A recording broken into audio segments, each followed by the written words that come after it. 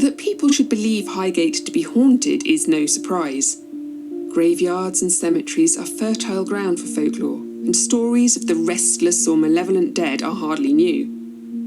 But it wasn't until the Hampstead and Highgate Express ran a front-page story on the 27th of February 1970, under the now infamous headline, "Does a Vampire Walk in Highgate?" that the tale took a darker turn.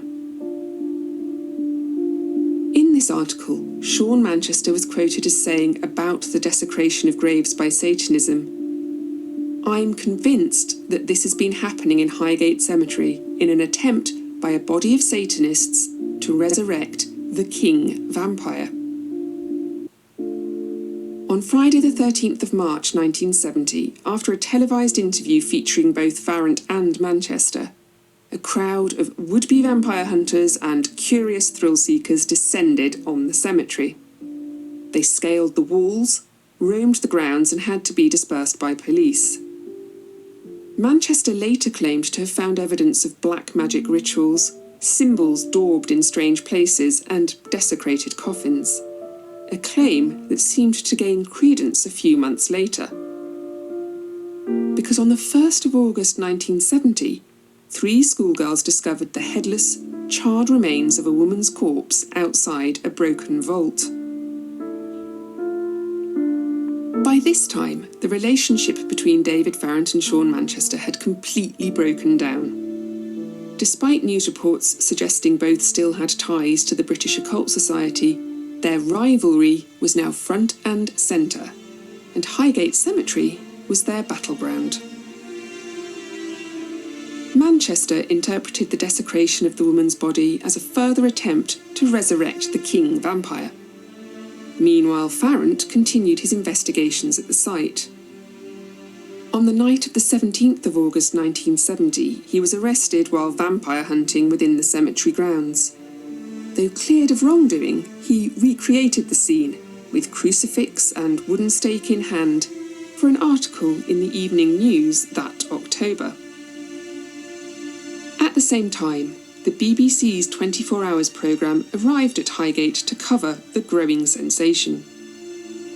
Alongside interviews with both Farrant and Manchester, the programme spoke with William Law, General Foreman of the Gravediggers. Asked what he thought of the goings-on, he gave a wonderful, dry assessment. "I think they're nutcases." But interest didn't wane. In his 1973 book Haunted London, Peter Underwood devoted space to the cemetery's tales of vampires, desecration and ritual activity. Throughout that year, newspapers continued to feed the flames, publishing stories of wizardly duels, animal sacrifice, voodoo, necromancy and curses cast beneath the moonlight. Arrested for a second time, Farrant was, in July 1974, found guilty at the Old Bailey of damaging memorials in the cemetery, and jailed.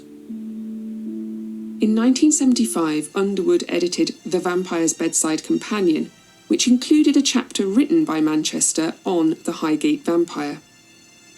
In this, he claimed a vault containing a suspected undead was bricked up on his recommendation and sealed with garlic included in the cement. He also said that one of the schoolgirls who found the desecrated corpse had been infected by the vampire and had to be saved from the legions of the dead. Both Manchester and Farrant would go on to publish their own books on the events, shaping the myth in their own image. In later years, Farrant admitted, with characteristic understatement, that events at Highgate Cemetery got slightly out of hand.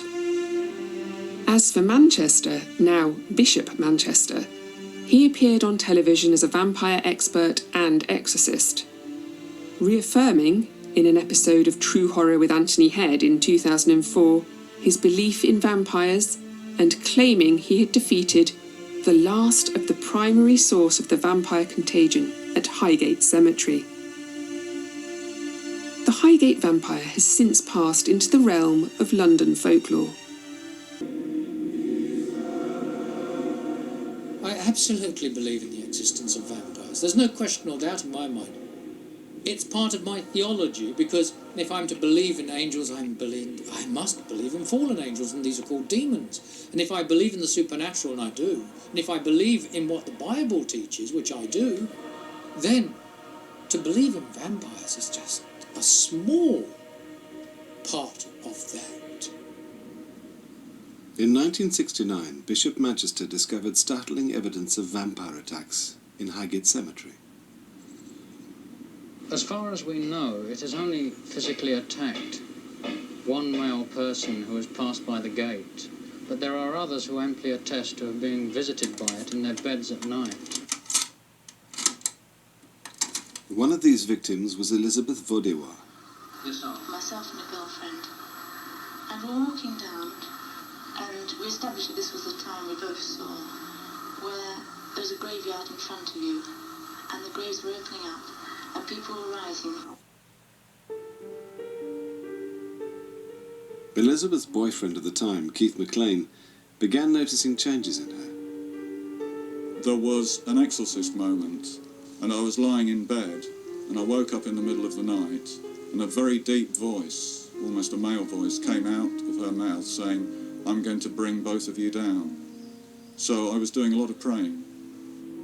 One day I woke up, and I went downstairs. There was 2 lumps on my neck. They weren't lumps, they were like pinholes. I hadn't included the possibility of it being a vampire because I hadn't even thought of that or realised the existence of vampires. But then, when Bishop Manchester spoke to me and explained about the legions of the undead, thereafter everything fitted and totally made sense. I believe it was a vampire, yes. I don't have any doubt about that. To save Elizabeth from certain death, Bishop Manchester and Keith McLean claimed to have performed rituals to rid her of this fiendish vampire, and very quickly the night visitation stopped, and Elizabeth made a full recovery.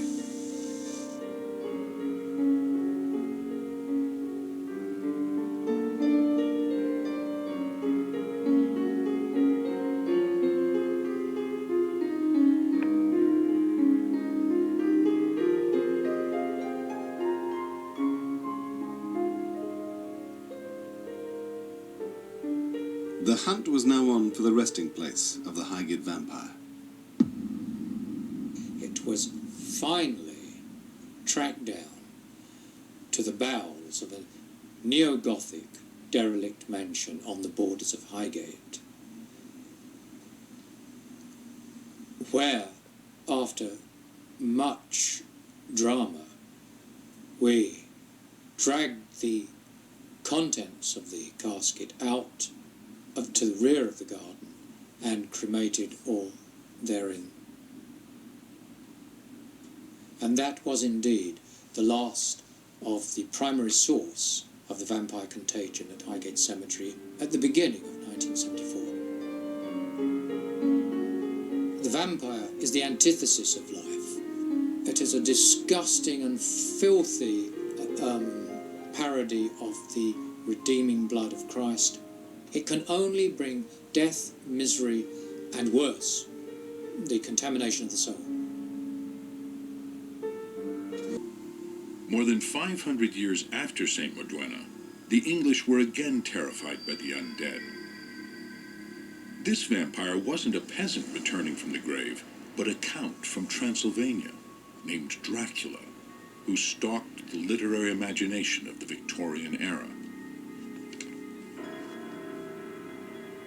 My very feelings changed to repulsion and terror when I saw the whole man slowly emerge from that window and began to crawl down the castle wall, face down, with his cloak spread out around him like great wings. Bram Stoker's great-grandnephew, Dacre Stoker, has studied this creature who refuses to lie down and die. Bram's not a normal author. He knew how to put together, like a master chef, this vampire, taking existing folklore and putting it together to create this ultimate horrifying creature. Pop culture has fixated on vampires. thrilling audiences with the horror of a deadly monster. A nocturnal predator from Eastern Europe who rises from the grave to feed off the blood of its victims. But what if Dracula and all the other vampires that have captured the public imagination have a basis in reality? A tantalizing clue lies in the meticulous research Bram Stoker undertook as he shaped his character. His great-grandnephew has a set of notes in Stoker's own hand, which reveal his fictional Count wasn't simply the product of his own imagination. Well, through his research at the British Library, he would actually go and collect notes on specific characteristics that he wanted to place into his vampire. And for instance, if I may, I'll actually read from the notes themselves. The first one is that the vampire goes through fog by instinct and has white teeth. Well, we can see that that actually has emerged in time to anything you see about a vampire has to do with these very bright white teeth, and he can also sort of shape-shift and blend into fog and out of fog as he just moves at will. Power of creating evil thoughts or banishing good ones in others present. Mesmerism and ESP and hypnotism was an emerging science back in the late 1800s. And here Bram inserts it into the novel as a power that the vampire can actually have over his victims. No looking glass in Count's house never can see him reflected in one, no shadow. Other ones, enormous strength. He can see in the dark, and he has the power of getting small or large, which is something that I believe has emerged into his shape-shifting again and makes him horrifying because we never know where the guy is. We're actually starting from the backside and seeing what Bram used to put together this character that to this day has most all of these as very famous tropes. The monster Stoker created is still stalking us more than 100 years later in movies and TV. But could Dracula's popularity have blinded us to a chilling truth? Could the vampire have its true origins, not in fiction, but in fact? Bram's vampires and all the others today are for entertainment purposes. But you've got to realize where these came from. The myth of the vampire really terrorized villages. People had no idea what was going on in their towns and counted it on vampirism. And that certainly was not entertainment. That was real fear.